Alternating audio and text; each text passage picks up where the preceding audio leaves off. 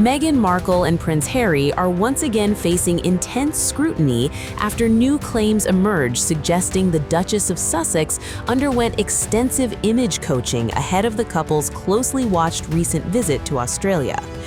According to insiders cited in an explosive report by Radar Online, Meghan allegedly received what some sources described as anti-diva training before the tour began, part of a broader effort to soften her public image and avoid reigniting old criticisms surrounding her royal past. The trip itself immediately drew massive attention. Harry and Meghan arrived in Australia for a series of charity appearances, speaking engagements, and business-related meetings tied to their growing post-royal ventures. Their itinerary included stops in Melbourne, Canberra, and Sydney, with events blending philanthropy, wellness branding, and commercial expansion efforts. And almost instantly, comparisons began flooding social media. Many royal watchers compared the visit to the Sussexes' hugely successful 2018 Australia tour, back when the couple were still senior working members of the British monarchy and widely viewed as the royal family's rising stars. But unlike that earlier tour, this latest visit unfolded under very different circumstances. Today, Harry and Meghan remain deeply polarizing public figures. Their relationship with the royal family is still strained, critics continue questioning their commercial activities, and debates persist over whether the Sussexes are effectively trying to create a parallel version of royal life outside palace control. And according to insiders, Meghan understood exactly how much was riding on this trip.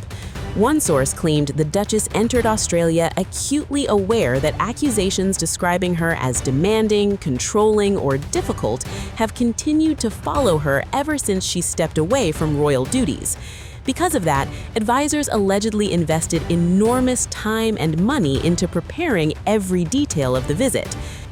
According to insiders, as reported by Radar Online, nothing was left to instinct.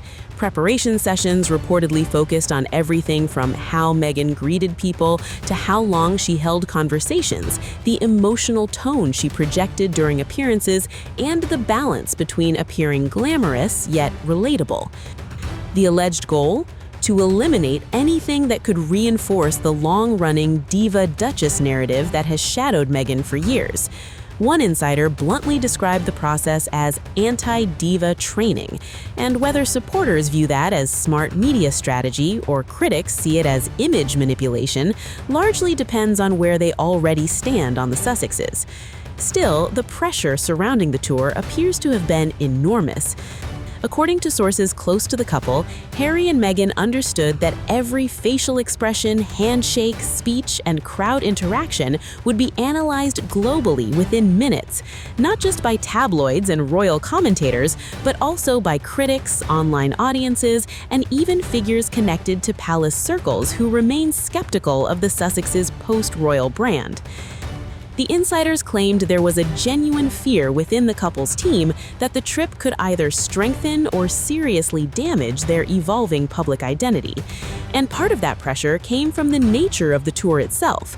Unlike traditional royal tours organized by Buckingham Palace, this visit combined charity appearances with commercial and branding opportunities. Harry reportedly delivered a keynote speech focused on workplace safety and mental health at the Inter-Edge Summit. Meanwhile, Meghan hosted a women-focused wellness event titled Her Best Life, where premium ticket packages allegedly included exclusive access opportunities and photographs.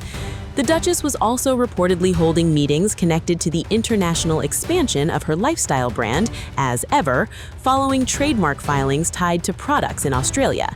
And that blending of philanthropy, celebrity branding, and quasi-royal presentation immediately reignited criticism online. Critics accused the Sussexes of blurring the line between public service and commercial enterprise while continuing to use their Duke and Duchess titles during tours that visually resemble official royal visits. Some commentators even labeled the trip a fake royal tour, a phrase that quickly spread across social media. Supporters, however, argued the backlash reflects impossible standards placed on Harry and Meghan compared to other global public figures. They say the couple are simply building independent careers while continuing charitable work outside the monarchy. But for royal critics, the Australia visit reopened old wounds connected to the Sussexes' original 2018 tour. At the time, that tour was initially hailed as a huge success. Crowds adored Meghan and Harry, international headlines praised their chemistry, and many believed the couple represented the future of a more modern monarchy. However, reports later surfaced alleging tensions behind the scenes, involving staff conflicts and frustrations over public walkabouts. While palace insiders denied some of the more extreme claims, rumors surrounding Meghan's relationships with aides continued circulating for years afterward, eventually contributing to the broader narrative war surrounding the Sussexes. Security concerns also became a major talking point during the latest Australia visit. Harry remains involved in a legal dispute in Britain over the removal of publicly funded police protection after he and Meghan stepped back as senior royals in 2020. Although the Sussexes reportedly paid privately for security during the Australia trip, local authorities confirmed additional policing operations had still been implemented during their stay. That revelation triggered further backlash, with critics questioning the public resources involved. Yet, according to insiders, Harry and Meghan remain determined to frame the visit as a success despite the controversy. One source claimed the couple privately understood that Australia represented far more than just another overseas engagement. Instead, the trip became what insiders described as a referendum on whether Harry and Meghan can continue building a global public identity that mirrors royal service while remaining fully independent from the monarchy itself. And because Australia's historic relationship with the British royal family, combined with the Sussexes' previous popularity there, insiders allegedly viewed the tour as the ultimate testing ground.